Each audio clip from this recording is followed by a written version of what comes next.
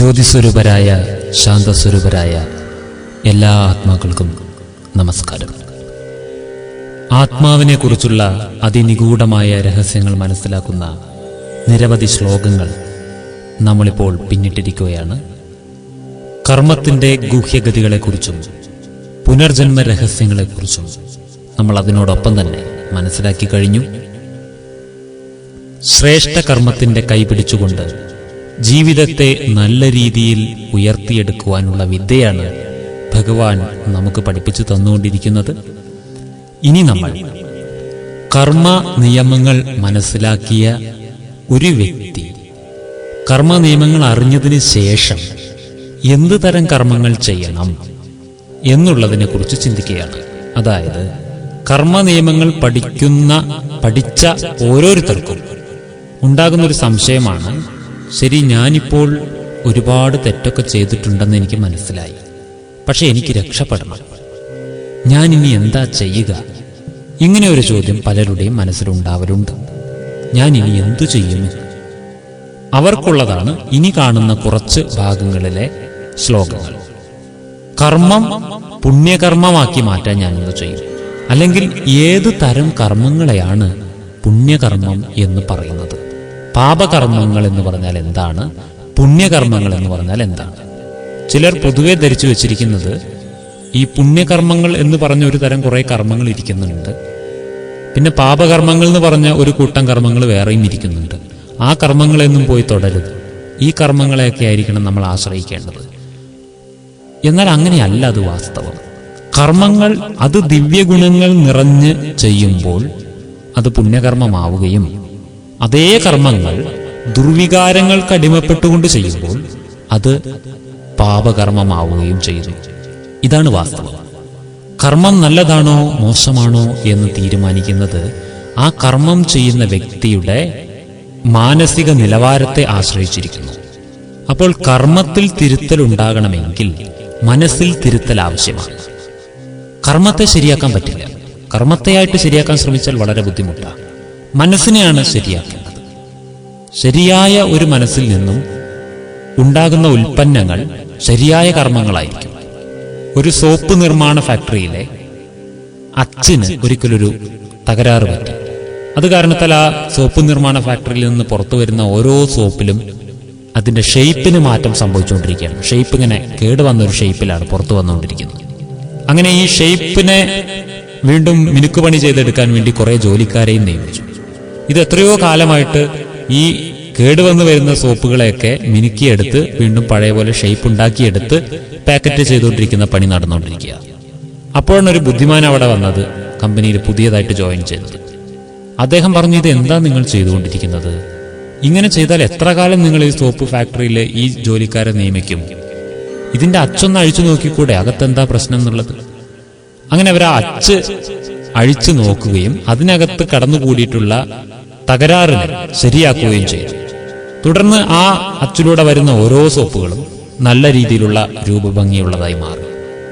അപ്പോൾ സോപ്പ് ഇവിടെ കർമ്മമാണ്, അച്ച് ഇവിടെ മനസ്സാണ്. നല്ല ഒരു മനസ്സുള്ള ആൾക്ക് മാത്രമേ കർമ്മേന്ദ്രിയങ്ങളിലൂടെ നല്ല കർമ്മങ്ങൾ കാഴ്ചവെക്കാൻ സാധിക്കുകയുള്ളൂ. എല്ലാ കർമ്മങ്ങളിലും പുണ്യകർമ്മത്തെ നമുക്ക് ആവാഹിക്കാം. അത് നല്ല ഒരു ഭാവനയോടുകൂടെയും ദിവ്യഗുണങ്ങളുടെ മഹനീയ സാന്നിധ്യത്തോടു കൂടിയും ചെയ്യണമെന്ന് മാത്രം. അപ്പോൾ കർമ്മത്തിനെ കുറിച്ചുള്ള മിഥ്യാധാരണകൾ മാറ്റുന്നതിനും കർമ്മത്തിനെ കുറിച്ചുള്ള ഭയം അകറ്റുന്നതിനും തന്റെ ഭാവിയുടെ മേലുള്ള ആശങ്കകൾ അകറ്റുന്നതിനും ഇനി നമ്മൾ അടുത്ത ശ്ലോകങ്ങളിലേക്ക് കടക്കുകയാണ്. ഭാവിയെക്കുറിച്ച് ഉള്ള ആശങ്ക എന്ന് പറഞ്ഞാൽ പലർക്കും പേടിയാണ്. എൻ്റെ ഭാവി എന്താകും? പലരും പേടിച്ചിട്ടാണ് ജീവിക്കുന്നത്. തന്റെ ഭാവിയിൽ തന്റെ കുട്ടികൾക്ക് രോഗം വരുമോ, എനിക്കെന്തെങ്കിലും ആക്സിഡന്റ് പറ്റുമോ, ഞാനെങ്ങാൻ കിടന്നുപോയാൽ എൻ്റെ വീടാര് നോക്കും, ഓഹരി നിലവാരം എങ്ങാൻ താഴ്ന്നു പോകുമോ, ബിസിനസ് എങ്ങാൻ ഡള്ളാകുമോ, ഇങ്ങനെ ഒരുപാട് ഭയങ്ങളുണ്ട് മനുഷ്യർക്ക്. രോഗം വന്നാൽ ചികിത്സിക്കാൻ വേണ്ടിയിട്ട് തന്നെ ചില ഡെപ്പോസിറ്റുകൾ ഉണ്ടാക്കി വെക്കുന്നുണ്ട്. അപ്പോൾ അവർ രോഗം ബുക്ക് ചെയ്ത് വെക്കുകയാണ്, പൈസ അടച്ച് ബുക്ക് ചെയ്തിരിക്കുകയാണ് രോഗത്തെ. ആ ഒരു ചിന്ത നിർമ്മിച്ചു വെച്ചിരിക്കുകയാണ്, എനിക്ക് ഭാവിയിൽ രോഗം വന്നാൽ ചികിത്സിക്കാൻ എന്ന് പറഞ്ഞ്. മനഃശാസ്ത്രപരമായിട്ട് ചിന്തിച്ചു കഴിഞ്ഞാൽ അങ്ങനെ പൈസ നീക്കി വെച്ചവർക്ക് തീർച്ചയായും അത്രയും പൈസയ്ക്ക് ചികിത്സിക്കാനുള്ള രോഗം വന്നേ മതിയാകും. കാരണം അതാണ് പ്രപഞ്ച നിയമം. അങ്ങനെ ഒരു കരുതലുള്ളവന് അത് തീർച്ചയായും ആഹ്വാനം ചെയ്തു കഴിഞ്ഞു, സ്വാഗതം ചെയ്യുകയാണ് നമ്മൾ. അപ്പോൾ മനുഷ്യന് ഒരുപാട് ഭയങ്ങളുണ്ട്. ഈ ഭയങ്ങളിൽ നിന്ന് മുക്തമാകാൻ നോക്കാതെ അതിനുള്ള മറ്റു പരിഹാരങ്ങളാണ് മനുഷ്യൻ തേടുന്നത്. എങ്ങനെ ഭയങ്ങളിൽ നിന്ന് മുക്തമാകും? നോക്കൂ, ഒരു തെങ്ങും തോപ്പ് വച്ച് പിടിപ്പിച്ചിരിക്കുന്ന ഒരു കർഷകൻ തെങ്ങിൻ തൈകളെല്ലാം വച്ചതിന് ശേഷം അദ്ദേഹം കുറേ കാലങ്ങളായിട്ട് വിഷമത്തിലാണ്. എന്താണെന്നറിയോ? ഇനി തെങ്ങെങ്ങാൻ വളർന്നു വലുതായിട്ട് ഇതിലൊക്കെ അടക്കയാണ് ഉണ്ടാവുന്നതെങ്കിൽ ഞാൻ എന്തു ചെയ്യും? ഇങ്ങനെ ചിന്തിച്ചിരുന്ന് വിഷമിക്കുകയാണ്. അത് എങ്ങനെ ഉണ്ടായിരിക്കുമെന്ന് ഭാവിച്ചു നോക്കൂ. തെങ്ങിൻ തോപ്പ് വച്ചിട്ടൊരാൾ ഇതിലെങ്ങാൻ അടക്കയുണ്ടായിപ്പോയാൽ എന്തു ചെയ്യുമെന്ന് ചിന്തിച്ചുകൊണ്ട് വിഷമിച്ചിട്ടിരിക്കാം. ഇങ്ങനെ ഒരിക്കലും സംഭവിക്കില്ലല്ലോ, ഉറപ്പല്ലേ? അതുകൊണ്ട് വിഷമിക്കേണ്ട ആവശ്യമില്ല. അതുപോലെ നമ്മൾ ചെയ്യുന്ന കർമ്മങ്ങൾ നല്ല നിലവാരത്തിലുള്ളതാണെന്ന് നമുക്ക് ഉറപ്പുണ്ടെങ്കിൽ തീർച്ചയായും ഭാവിയിൽ എന്ത് സംഭവിക്കും എന്നൊരു ഭയം നമുക്ക് വേണ്ട. ഭയം ആർക്കാണ് ഉണ്ടാകുന്നത്? തന്റെ കർമ്മങ്ങൾ പാളിയിട്ടുണ്ട് എന്ന് ഉറപ്പുള്ളവർക്ക്. കർമ്മങ്ങൾ പാളിപ്പോയവർ പേടിക്കണം. എന്നാൽ കർമ്മങ്ങളുടെ ഗതി ശരിയായിട്ടുള്ള ആൾക്ക് ഈ ലോകത്ത് ഒന്നിനെയും ഭയക്കണ്ട, ജീവിതത്തെ ഭയക്കണ്ട, ഭാവിയെക്കുറിച്ച് ആശങ്ക വ്യാകുലത വേണ്ട. കാരണം താൻ നിർണയിച്ചു വെച്ചിരിക്കുകയാണ് തന്റെ കർമ്മങ്ങളിലൂടെ തന്റെ ഭാവി. ഇതൊന്നും യാദൃശികമായിട്ട് വരില്ല. ഭാവിയൊന്നും നമ്മൾക്കിപ്പോൾ ഡിസൈൻ ചെയ്യാം നമ്മുടെ ഭാവി. നമ്മൾ മുൻപൊരു അധ്യായത്തിൽ അതിനെക്കുറിച്ച് പറഞ്ഞല്ലോ. അപ്പോൾ കർമ്മം എങ്ങനെയുള്ളത് ചെയ്യണം, കർമ്മം നല്ലത് ചെയ്യണമെങ്കിൽ നമ്മൾ എന്തു ചെയ്യണം, ഇതിനെക്കുറിച്ചിട്ടുള്ള ഒരു ശ്ലോകം ഇതാ വരികയാണ്. ഭഗവാൻ ഗീതയിലെ 2-ാം അധ്യായത്തിലെ 53-ാം ശ്ലോകത്തിലൂടെ നമ്മളോട് പറയുന്നു. ശ്രുതി വിപ്രതിപന്നാത്തേ യദാ ധാസ്യതി നിശ്ചല സമാധാവചല ബുദ്ധിസ്തദാ യോഗമവാപ്സ്യസി. അതായത് പലതും കേട്ട് ഇളകിയ മനസ്സിനെ കുറിച്ചിട്ടാണ് ഭഗവാൻ ഇവിടെ പറയുന്നത്.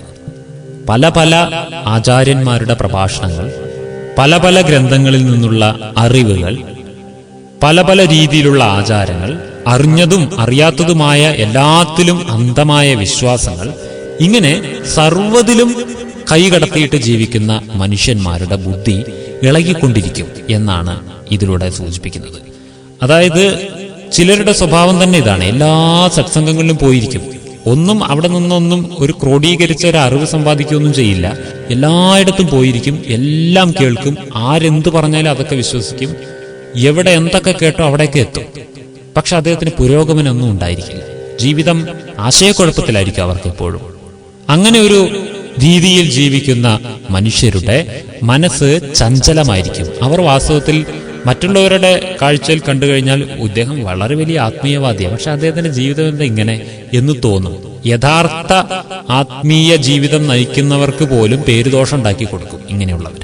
കാരണം എന്താ വെച്ചാൽ ഇവർ ചെയ്യുന്ന മാർഗം ശരിയല്ല എന്നാണ് ഭഗവാൻ പറയുന്നത് നമ്മളോട്. കാരണം അവർ ഒരു വഴിയിലൂടെ തന്നെ സഞ്ചരിക്കേണ്ടിയിരിക്കുന്നു.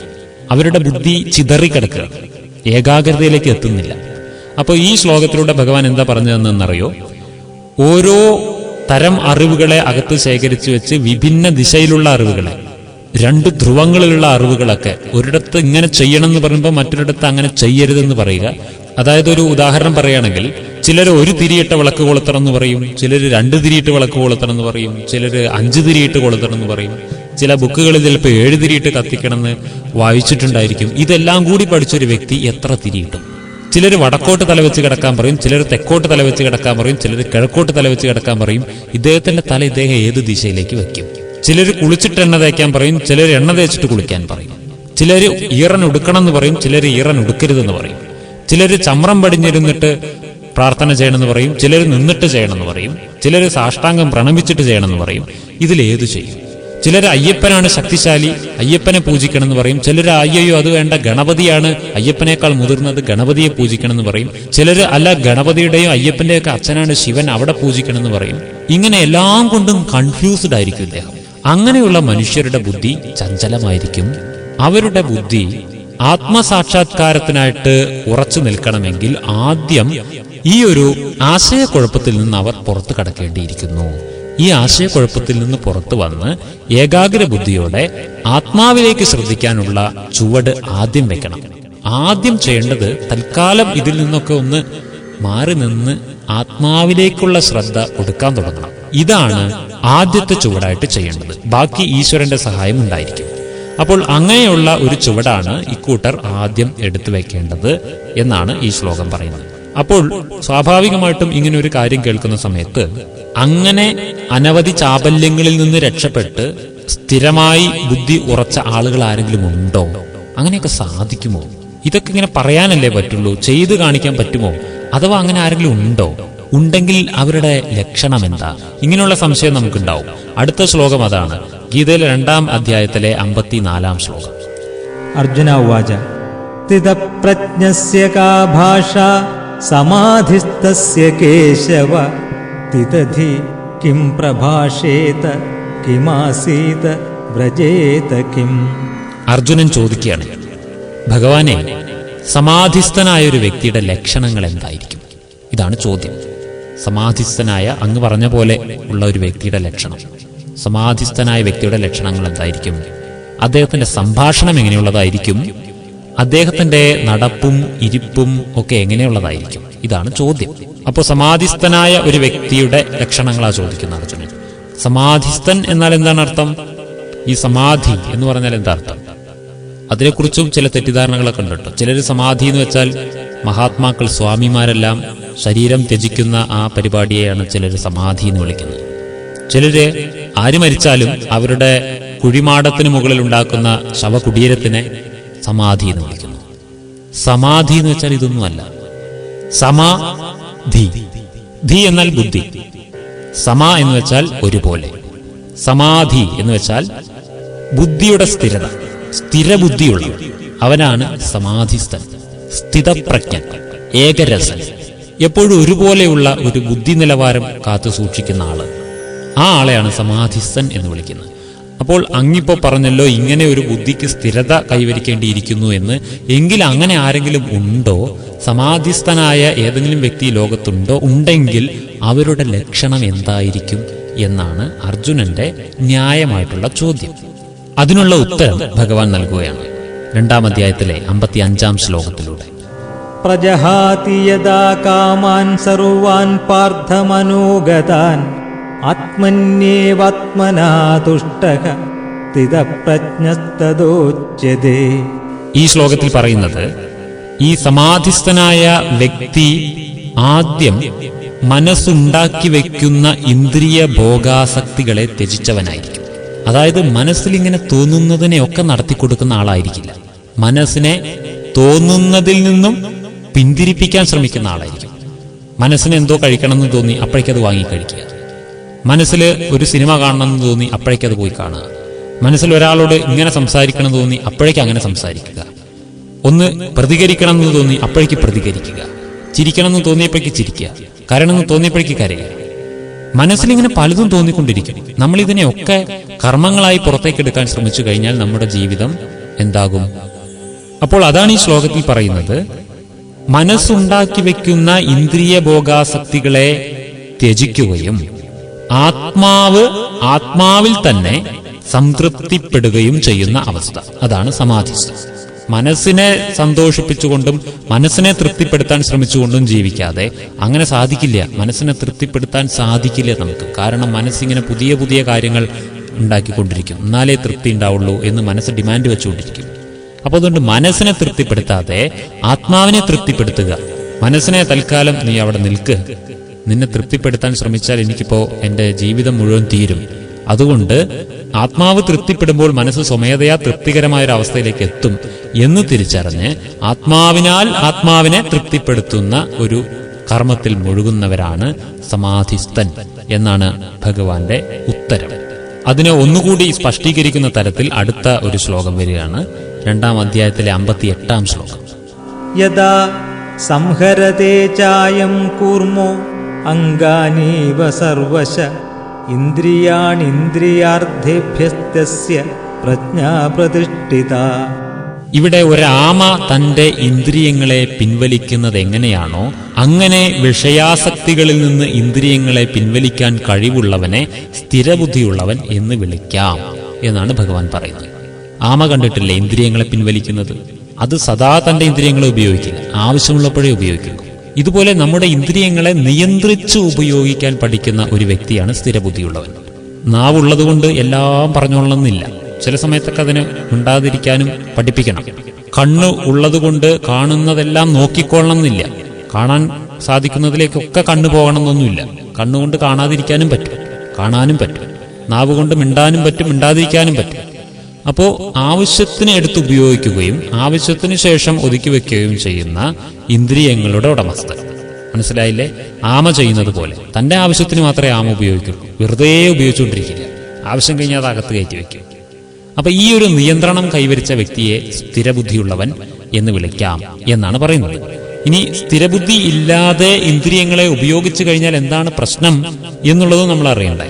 സ്ഥിരബുദ്ധി ഇല്ലാതെ ഇന്ദ്രിയങ്ങൾ ഉപയോഗിച്ചു കഴിഞ്ഞാൽ, അതായത് ഒരു വീണ്ടും വിചാരമില്ലാതെ ഇന്ദ്രിയങ്ങളെ ഉപയോഗിക്കാൻ ശ്രമിച്ചാൽ, അഥവാ മനസ്സിനെ തൃപ്തിപ്പെടുത്താം എന്ന് നിങ്ങൾ വ്യാമോഹിച്ചാൽ എന്തായിരിക്കും അതിന്റെ ഭവിഷ്യത്ത് എന്നുള്ളത് ഇനിയൊരു ശ്ലോകത്തിൽ കാണാം. 2-ാം അധ്യായത്തിലെ 62-ാം ശ്ലോകവും 63-ാം ശ്ലോകവും ഇതിനെക്കുറിച്ചാണ് പറയുന്നത്. ധ്യായതോ വിഷയാൻ പുംസ സംഗസ്തേഷുപജായതേ സംഗാത് സംജായതേ കാമ കാമാത് ക്രോധോ അഭിജായതേ ക്രോധാത് ഭവതി സമ്മോഹ സമ്മോഹാത് സ്മൃതി വിഭ്രമ സ്മൃതിഭ്രംശാത് ബുദ്ധിനാശോ ബുദ്ധിനാശാത് പ്രണശ്യതി. അതായത് ഈ ശ്ലോകം നമ്മളോട് പറയുന്നത് ഇന്ദ്രിയ വിഷയങ്ങളെക്കുറിച്ച് ചിന്തിച്ചു കൊണ്ടിരിക്കുന്നവർക്ക്, അതായത് മനസ്സിലുണ്ടാകുന്ന ഇന്ദ്രിയാസക്തികളെ പൂർത്തീകരിക്കുവാൻ വേണ്ടി ജീവിക്കുന്നവർക്ക് അവയിൽ ക്രമേണ ആസക്തി വർദ്ധിച്ചു വരികയും ഇന്ദ്രിയങ്ങളെ സന്തോഷിപ്പിക്കുന്ന കാര്യത്തിൽ മുഴുകിയിട്ട് ആസക്തി വർദ്ധിക്കുക. മനസ്സിലായോ? നാവിലൂടെ മനസ്സ് സന്തോഷിക്കുവാൻ വേണ്ടി നല്ല ഭക്ഷണങ്ങൾ കഴിച്ച് അവസാനം ഒരു ഭക്ഷണപ്രിയനായി മാറും, ഭക്ഷണങ്ങൾക്ക് അഡിക്റ്റായ ഒരവസ്ഥ. അതുപോലെ കാതിനെ സുഖിപ്പിക്കുവാൻ വേണ്ടി പാട്ടുകൾ കേട്ട് പാട്ടുകൾക്ക് അടിമയാകുന്ന ഒരവസ്ഥ. കണ്ണിലൂടെ മനസ്സ് സന്തോഷിപ്പിക്കുവാനുള്ള കാഴ്ചകൾ കണ്ട് പലതരം കാഴ്ചകൾക്ക് അടിമയാകുന്ന ഒരവസ്ഥ. ഇങ്ങനെ ഓരോരോ ഇന്ദ്രിയങ്ങൾക്കുള്ള അന്നം നൽകി ഇന്ദ്രിയങ്ങൾക്ക് വശപ്പെട്ട് കിടക്കുന്ന ഒരു അവസ്ഥയിലേക്ക് നമ്മൾ എത്തും. ഇന്ദ്രിയങ്ങൾ അവസാനം നമ്മളെ ഭരിക്കാൻ തുടങ്ങും. നമ്മൾ ഇന്ദ്രിയങ്ങളുടെ യജമാനന്മാരാണ് ആത്മാക്കൾ. അവസാനം ഇന്ദ്രിയങ്ങൾ നമ്മളെ ഭരിക്കാൻ തുടങ്ങുന്ന ഒരവസ്ഥയിലേക്ക് എത്തുകയും ആത്മാവ് ഇന്ദ്രിയങ്ങളുടെ അടിമയായി മാറുകയും ചെയ്യും. ശരീരത്തിൽ ബന്ധനസ്ഥനാകും ആത്മാവ്. ഇന്ദ്രിയങ്ങൾക്ക് വേണ്ടി ജീവിക്കേണ്ട ഒരവസ്ഥയാവും. അതായത് തൊഴിലാളികളെ സന്തോഷിപ്പിക്കാൻ വേണ്ടി മുതലാളി ജീവിക്കേണ്ടി വരും. മനസ്സിലായില്ലേ? മുതലാളി ആത്മാവാണേ, ഈ ഇന്ദ്രിയങ്ങളൊക്കെ തൊഴിലാളികളാണ്. പിന്നെ തൊഴിലാളി ഭരണം തുടങ്ങും. ആത്മാവിന് മിണ്ടാനുള്ള അവകാശം പോലും നശിക്കും. അത്രയും ഒരു അധപ്പതിച്ച ഒരവസ്ഥയിലേക്ക് ആത്മാവ് എത്തും. ഇങ്ങനെയുള്ള ഒരു ആസക്തിയിൽ പെട്ടുപോയാൽ ആഗ്രഹങ്ങളുടെ നീണ്ട നിരയുണ്ടാകും. അതാണ് ഈ ശ്ലോകം പറഞ്ഞു തരുന്നത്. ആഗ്രഹങ്ങൾ ഇങ്ങനെ വർദ്ധിക്കും. പിന്നെ ഇന്ദ്രിയങ്ങളെ സന്തോഷിപ്പിക്കാൻ വേണ്ടിയിട്ടുള്ള ആഗ്രഹങ്ങൾ വന്നുകൊണ്ടേയിരിക്കും. ആഗ്രഹങ്ങൾ കാരണത്താൽ ക്രോധവും. എങ്ങനെ? ആഗ്രഹങ്ങൾ നടക്കാതെയായാൽ സ്വമേധയാ ക്രോധം വരും. അപ്പോൾ ആഗ്രഹങ്ങൾ കാരണത്താൽ ക്രോധവും, ക്രോധം കാരണം സമ്മോഹവും ഓർമ്മപ്പിഴയും ബുദ്ധിനാശം എന്നാ പറയുന്നത്. ക്രോധം വന്നു കഴിഞ്ഞാൽ പിന്നെ സമ്മോഹം, ഓർമ്മപ്പിഴ, ബുദ്ധിനാശം ഇതും സംഭവിക്കും. ബുദ്ധിനാശത്തിലൂടെ ആ വ്യക്തിയുടെയും നാശം സംഭവിക്കും. ഒരു വ്യക്തി നശിക്കുന്നത് എങ്ങനെയാണെന്ന് ഇപ്പം മനസ്സിലായോ? ഇന്ന് എന്തെല്ലാം മാനസികമായ പ്രശ്നങ്ങളിലാ മനുഷ്യൻ കുടുങ്ങിയിരിക്കുന്നത്. ഇതിൻ്റെ എല്ലാം മൂലമായ കാരണം പിടികിട്ടിയില്ലേ? ഇപ്പോൾ തൻ്റെ ഇന്ദ്രിയങ്ങളെ സന്തോഷിപ്പിക്കുക എന്ന ഒരൊറ്റ കാര്യത്തിന് വേണ്ടി നമ്മുടെ സമയം നമ്മൾ ചെലവഴിച്ചുകൊണ്ടിരുന്നാൽ ഭാവിയിൽ അത്തരം വ്യക്തികൾക്ക് സംഭവിക്കുന്ന ഭവിഷ്യത്താണ് ഈ ശ്ലോകം നമുക്ക് ചൂണ്ടിക്കാണിച്ചു തന്നത്. എങ്കിൽ ഇനിയിപ്പോൾ എന്തു ചെയ്യും? ഇതാണ് അടുത്ത ചോദ്യം. അപ്പോൾ നമ്മൾക്ക് ഇതിനൊരു പരിഹാരം ഭഗവാൻ പറഞ്ഞു തരികയാണ്. മനസ്സിനെയും ബുദ്ധിയെയും പരമാത്മാവിലേക്ക് ഏകാഗ്രമാക്കുന്നതിലൂടെ മാത്രമേ ഈ ബുദ്ധിയുടെയും മനസ്സിന്റെയും സ്ഥിരത ഉണ്ടാക്കിയെടുക്കാൻ പറ്റും. അതാണ് ഇവിടെ ഈശ്വരൻ പറഞ്ഞു തരുന്ന പരിഹാരം. അടുത്ത ഒരു ശ്ലോകത്തിൽ 2-ാം അധ്യായത്തിലെ 66-ാം ശ്ലോകത്തിൽ ഇതിനെക്കുറിച്ചാണ് പറയുന്നത്. കേൾക്കാം. നാസ്തി ബുദ്ധിരയുക്തസ്യ ന ചായുക്തസ്യ ഭാവന ന ചാഭാവയതഃ ശാന്തിരശാന്തസ്യ ഗതഃ സുഖം. നാസ്തി ബുദ്ധിരയുക്തസ്യ ന ചായുക്തസ്യ ഭാവന എന്ന് തുടങ്ങുന്ന ശ്ലോകം. പരമപുരുഷനുമായി ബന്ധം സ്ഥാപിക്കാത്തവന് ദിവ്യബുദ്ധിയോ ഉറച്ച മനസ്സോ ലഭിക്കില്ല. ദിവ്യബുദ്ധിയും ഉറച്ച മനസ്സും ലഭിക്കാതെ മനസമാധാനവും ശാന്തിയും ലഭിക്കില്ല. ശാന്തിയും മനസമാധാനവും ഇല്ലാത്തവർക്ക് ജീവിതത്തിൽ സുഖവും ലഭിക്കില്ല. പരിഹാരമായല്ലോ. ലഭിക്കില്ല എന്ന് പറഞ്ഞു. അപ്പോൾ ലഭിക്കാനുള്ള മാർഗം ഈ ശ്ലോകത്തിലുണ്ട്. അപ്പൊ എന്താണ് ലഭിക്കാനുള്ള മാർഗം? പരമപുരുഷനുമായി ബന്ധം സ്ഥാപിക്കുക. അത് സ്ഥാപിക്കാത്തവർക്ക് ദിവ്യബുദ്ധിയും ഉറച്ച മനസ്സും ലഭിക്കില്ല. ഉറച്ച മനസ്സും ദിവ്യബുദ്ധിയും ഇല്ലെങ്കിൽ മനസ്സമാധാനവും ശാന്തിയും ലഭിക്കില്ല. അതില്ലെങ്കിൽ സുഖവും ലഭിക്കില്ല. അപ്പൊ ഇത് ഓരോരോന്നും ലഭിക്കണമെങ്കിൽ ആദ്യം ചെയ്യേണ്ടത് എന്താ? പരമപുരുഷനുമായിട്ട് ബന്ധം സ്ഥാപിക്കുക. ആരാണ് ഈ പരമപുരുഷൻ? പുരുഷൻ ആത്മാവ്, പരമപുരുഷൻ പരമാത്മാവ്, ഈശ്വരൻ. ഈശ്വരനുമായിട്ടുള്ള ബന്ധം സ്ഥാപിക്കലാണ് ഇതിനുള്ള ഏക പരിഹാരം എന്നാണ് ഈശ്വരൻ തന്നെ നമ്മളോട് പറഞ്ഞു തരുന്നത്. അപ്പോൾ ഇനി നമ്മൾ ചിന്തിക്കുക, ഈശ്വരനുമായൊരു ബന്ധം സ്ഥാപിക്കണം. അപ്പോൾ ഇനി ഈ നമ്മുടെ ലൗകികമായ ചുമതലകളും കടമകളും എല്ലാം വെടിഞ്ഞ് ഈശ്വരനെ തന്നെ ധ്യാനിച്ചുകൊണ്ട് അങ്ങോട്ട് ഇരിക്കാം എന്നാണ് ഉദ്ദേശിച്ചത് ഭഗവാൻ? അല്ല. ഭഗവാൻ അതിനുള്ള തക്കതായ മറുപടി ഇവിടെ തരുന്നുണ്ട്. അങ്ങനെയല്ല നമ്മൾ ചെയ്യേണ്ടത്. കാരണം എന്താണെന്നറിയോ? ഇന്ന് 2 ധ്രുവങ്ങളിലാണ് കാര്യങ്ങൾ നടന്നു പോകുന്നത്. അതായത് ഒന്നുകിൽ സന്യാസം അല്ലെങ്കിൽ തോന്യാസം എന്നുള്ള രീതിയിലാണ് മനുഷ്യൻ ചിന്തിക്കുന്നത്. ഇത് രണ്ടുമല്ലാത്ത ഒരു പരിഹാരമാണ് ഭഗവാൻ നമുക്ക് ഉപദേശിച്ചു തരുന്നത്. ഗീതയിലെ 3-ാം അധ്യായത്തിലേക്ക് കടക്കുകയാണ് നമ്മൾ. 3-ാം അധ്യായത്തിലെ 4-ാം ശ്ലോകത്തിൽ ഇതിനുള്ള തക്കതായ ഒരു മറുപടി ഭഗവാൻ തരുന്നു. ന കർമ്മണാമനാരംഭാന്നൈഷ്കർമ്മ്യം പുരുഷോ അശ്നുതേ ന ച സന്യസനാദേവ സിദ്ധിം സമധിഗച്ഛതി. ഈ ശ്ലോകം നമ്മളോട് പറയുന്നത് കർമ്മം ചെയ്യാതിരുന്നതുകൊണ്ട് മാത്രം ആരും കർമ്മഫലങ്ങളിൽ നിന്ന് മുക്തനാകുന്നില്ല. ഇനി സന്യാസം സ്വീകരിച്ചിട്ടൊരാള് പൂർണ്ണത നേടുകയുമില്ല. ഇതാണ് പറയുന്നത്. കർമ്മം ചെയ്യാതിരുന്നത് കൊണ്ട് കർമ്മഫലങ്ങളിൽ നിന്ന് മുക്തമാകില്ല. സന്യാസം, കർമ്മത്തെ അങ്ങോട്ട് സന്യാസം ചെയ്തതുകൊണ്ട് ഒരു വ്യക്തി പൂർണ്ണനാകാം എന്നും വിചാരിക്കേണ്ട. ഇതാണ് ഭഗവാന്റെ നിർദ്ദേശം. മനസ്സിലായോ? അതായത് പൊതുവെ ആത്മീയതയെക്കുറിച്ച് ഒരു പുച്ഛത്തോടുകൂടി പറയുന്ന ഒരു വിഷയമുണ്ട്. ഭൗതിക ജീവിതങ്ങളിൽ നിന്ന് ഒളിച്ചോടാൻ പറ്റിയ മാർഗമാണ് ആത്മീയത എന്ന്. പലർക്കും അങ്ങനെ ഒരു ധാരണയുണ്ട്. പലരും ആത്മീയ മാർഗം സ്വീകരിക്കുന്നത് ഭൗതികതയിൽ പച്ച പിടിക്കാൻ പറ്റാത്തത് കൊണ്ട് അവസാനം ഗതികേട് കൊണ്ട് ആത്മീയ മാർഗത്തിലേക്ക് മാറിയതാണ് എന്നാണ് വിചാരിക്കുന്നത് പലരും. അല്ല, അവിടെ നമുക്ക് തെറ്റുപറ്റി. കാരണം ഭൗതിക ജീവിതത്തിൽ മുന്നേറാൻ പറ്റാത്ത ഒരു വ്യക്തിക്ക് ഒളിച്ചോടിയിട്ട് ആത്മീയ ജീവിതത്തിൽ മുന്നേറാൻ പറ്റില്ല. അതായത് തീപ്പെട്ടിക്കൂട് കളഞ്ഞിട്ട് തീപ്പെട്ടിക്കൊള്ളി കിട്ടിയിട്ടും കാര്യമില്ല, തീപ്പെട്ടിക്കൊള്ളി കളഞ്ഞിട്ട് തീപ്പെട്ടിക്കൂട് കിട്ടിയിട്ടും കാര്യമില്ല. ഇത് രണ്ടും ഉണ്ടെങ്കിലേ നമുക്കൊരു കാര്യം ചെയ്യാൻ പറ്റൂ. അതുകൊണ്ട് അപ്പൊ നമ്മുടെ ഭൗതികത എന്ന് പറയുന്നത് തീപ്പെട്ടിക്കോലാണ്, തീപ്പെട്ടിക്കൊള്ളി. നമ്മുടെ ആത്മീയത എന്ന് പറയുന്നത് ആ കൂടാണ്. അതായത് നമ്മുടെ ഭൗതിക ജീവിതം ആത്മീയ ജീവിതത്തിനുള്ളിൽ സേഫ് ആയിരിക്കണം. മാത്രമല്ല ആത്മീയ ജീവിതവും ഭൗതിക ജീവിതവും തമ്മിലുള്ള സമ്പർക്കം കൊണ്ടാണ് അവിടെ ഒരു ഉപയോഗം നടക്കുന്നത്. തീപ്പെട്ടിക്കോലും തീപ്പെട്ടിയും ചേർന്നിട്ടുള്ള ആ ഒരു ഉരസലിലാണ് അവിടെ അഗ്നി ഉണ്ടാകുന്നത്. അതുപോലെ ഇതിന്റെ രണ്ടിന്റെയും ഒരു സാമീപ്യം കൊണ്ടാണ് നമ്മുടെ ജീവിതം ഒരു ഉപയോഗമുള്ള ജീവിതമാകുന്നത്. ഒന്ന് കളഞ്ഞിട്ട് ഒന്നുണ്ടാക്കാൻ ഭഗവാൻ പറയുന്നില്ല.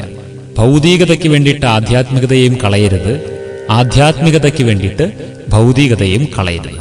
രണ്ടിനെയും ഒരു രഥത്തിന്റെ 2 ചക്രങ്ങൾ പോലെ കൊണ്ടുപോകണം. ഒന്നും കുറയാൻ പാടില്ല. ഒന്നിനും പ്രാധാന്യം കൂടുതലും കുറവും കൊടുക്കരുത്. രണ്ടും തുല്യമായിട്ട് കൊണ്ടുപോകാനുള്ള ഒരു കഴിവ് നമുക്കുണ്ടായിരിക്കണം. ഇതാണ് ഈ ശ്ലോകം നമുക്ക് വിളിച്ചു പറഞ്ഞു തരുന്നത്. കർമ്മത്തെ സന്യസിക്കുന്നവനല്ല പൂർണ്ണത നേടുക. കർമ്മത്തെ സന്യസിച്ചിട്ട് പൂർണ്ണത നേടാൻ പറ്റില്ല. കർമ്മം ചെയ്ത് തന്നെ നമ്മൾക്ക് കർമാതീതമാകണം എന്നാ പറയുക. കർമ്മം ചെയ്തു വേണം നമ്മൾക്ക് കർമ്മബന്ധനമുക്തമാകാൻ. പുണ്യകർമ്മങ്ങളുടെ ശേഖരണത്തിലൂടെ വേണം നമുക്ക് പാപകർമ്മങ്ങളുടെ ശേഖരണത്തെ ഇല്ലായ്മ ചെയ്യാൻ.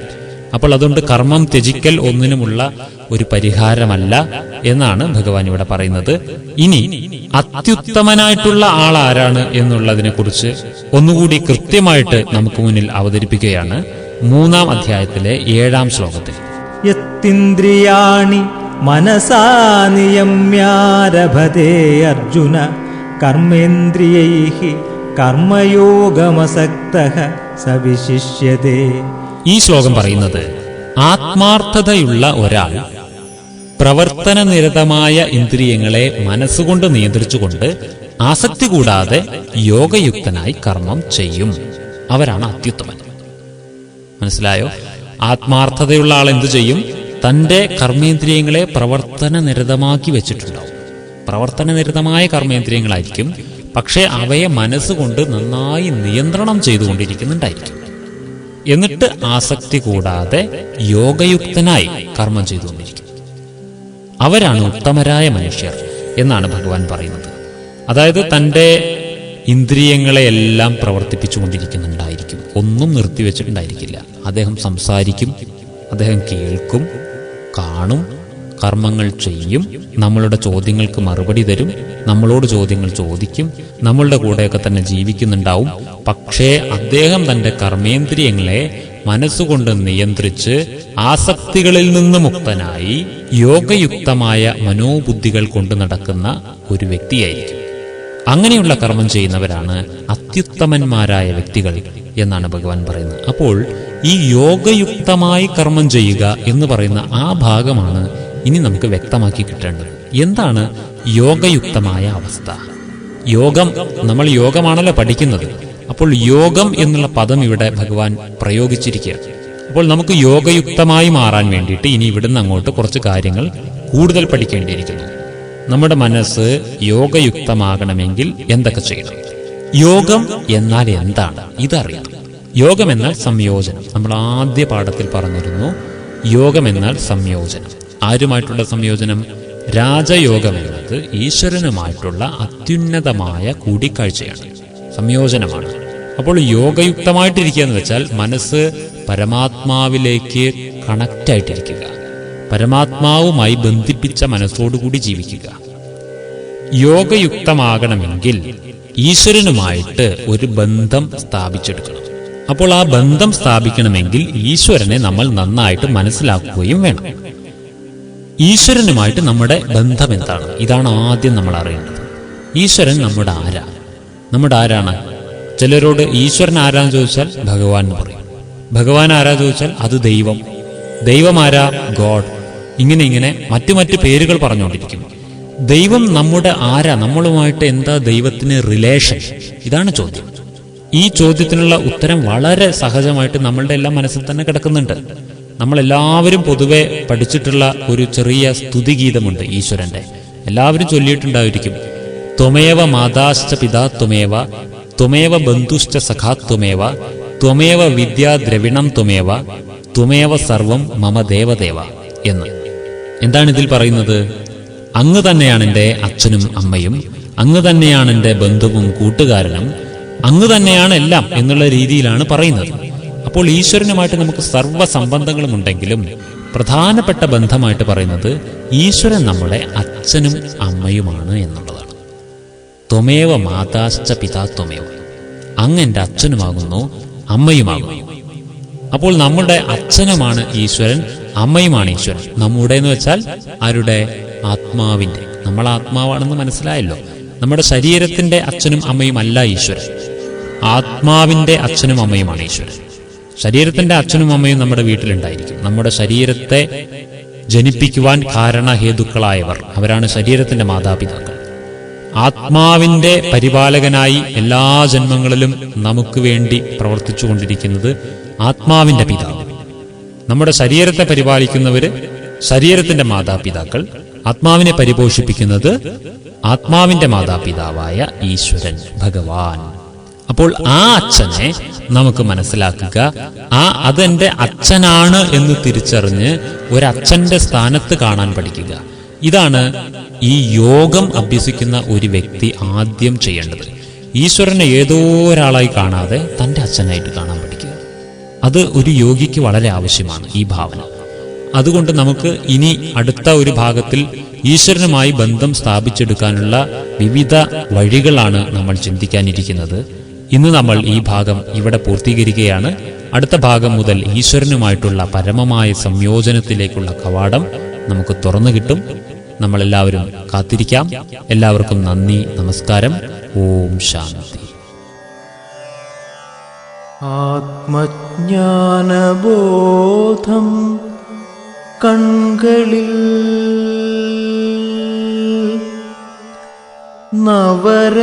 നവരത്നശോഭതൻ മുഖപ്രസാദം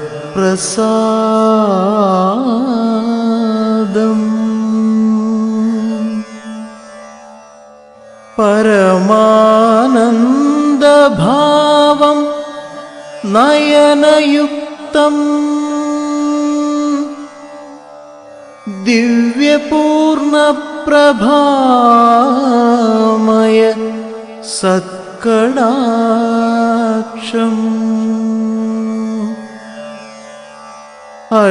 അഷ്ടാധിപത്യ പ്രസരണ പ്രകാശം